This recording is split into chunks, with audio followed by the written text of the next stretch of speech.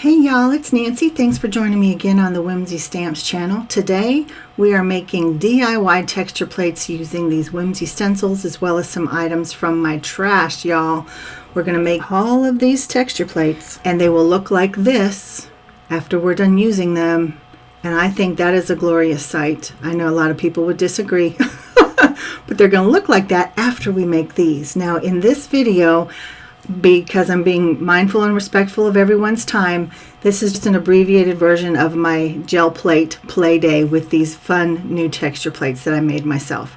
So I'll tell you a little bit more about that in a second, but let's get us started. So I literally took this cardboard from my trash. I used those stencils that I showed, and they will be listed and linked downstairs.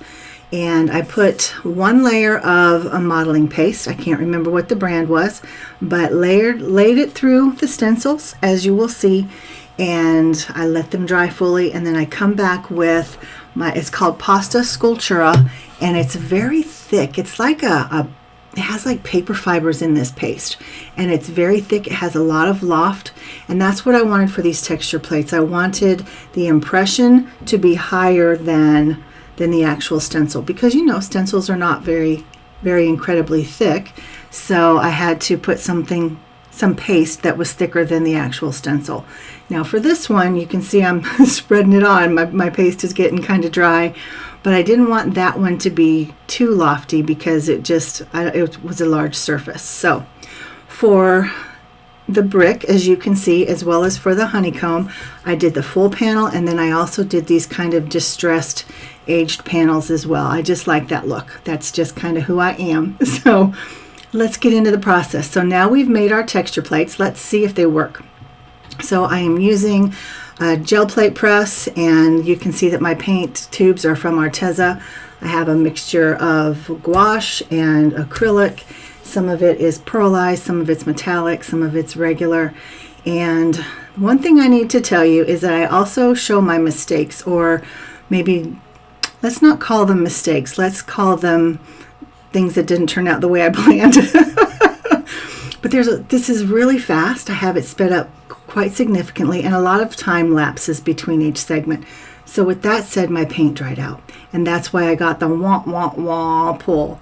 So to pull up a dry medium from your gel plate, you have to put something wet on top of it. So that'll usually be an acrylic paint, maybe a gesso or a matte medium, and that will adhere to the dry paint and pull it up. So you saw that my pull still wasn't fantastic, but this one you can see that I have plenty of paint. It's still wet, and it is really, my texture plate is really pulling that up and leaving that texture behind. So you saw me wave my hand.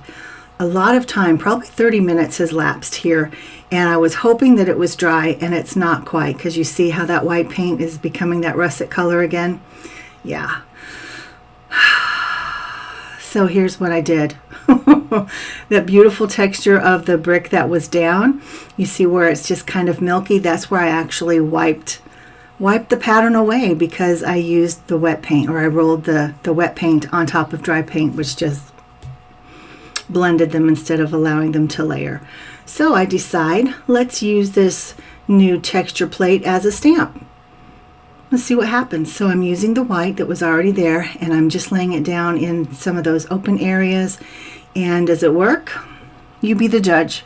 I think it does, because when you think about texture plates and mark making on gel plate, it's not a full impression typically that you're looking for, and I'm not mad about it. I think it's good. Do I love it? No, I can't say that I love it, but I'm not mad about it either. So of course this one with these golden honey tones, I had to use the honeycomb. And one thing that I've learned in this process is you can see where the excess cardboard is actually making an impression on the plate and pulling up some of that beautiful paint. So lesson learned, next time I do this, I will trim that down closer to the edge of my modeling paste. But look at this. This is why I love gel printing.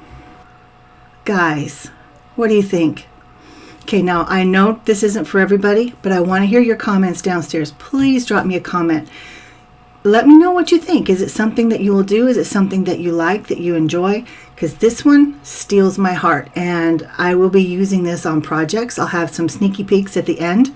And then on Wednesday, on my channel, which again I'll have listed downstairs so that you can go back and watch the full version if you want to. And then on Wednesday I will show the making of several projects with these gel plate pulls. So back to my process here. I'm using a completely different color palette, completely different feel, both with the colors as well as with this stencil. This is the Twinkle stencil. I keep wanting to call it Sparkle. Nope, it's Twinkle. And one of the things that I learned on this in terms of lessons learned is that cardboard is kind of flimsy. And so if you don't apply strong, even pressure, you're only going to get the imprint in certain places, wherever you're applying that pressure, which isn't bad. It just is what it is. So if you want that overall impression, you need to use something that will allow you to apply that even pressure, or just be very cognizant. And you can see it's very subtle. I love those grungy bits, guys. I'm all about the grungy bits. And I made many, many more, but again, being mindful and respectful of everyone's time, I'm just showing you this final pull that I did. And I decided I am just going to do just a standard gel plate pull. So I laid down the stencils that I used, and I did this pull, and I used clear gesso as my pulling agent. And it was still wet in the middle, and you can see that there's actually a bubble in my plate. See the circle, the oval on my pull? It's because there's a bubble in the way that I laid my plate down. But I'm loving it. I think that's a beautiful pull, and it has so many uses. Now these are what my my texture plates look like right now, and I have to say I think I may use them as some kind of layering element in a collage. I like them. Those are my first two pulls. I wasn't in love with them, but I like them now. And that's one thing I got to tell you. Walk away. If you get frustrated, if it's not looking right, remember that it's unpredictable art. So unpredictable is just that. It's unpredictable. Walk away from it. Set aside expectations. Let the art decide what it's going to be. So these are all of my pulls from that day. And again, I invite you over to my channel on Wednesday to see the projects that I make using these simple items from my stash and my trash. And you guys probably have something similar. And these were so easy to make, right? We all know how to put paste through a stencil. That's all I did. I just did 2 layers. And then I used them as any texture plate. If you guys aren't familiar with texture plates, I'll try to link a video downstairs if I can find one. And just kind of show, they're essentially just like flimsy stamps that you use for your gel plate. So these guys, these are my sneaky peeks.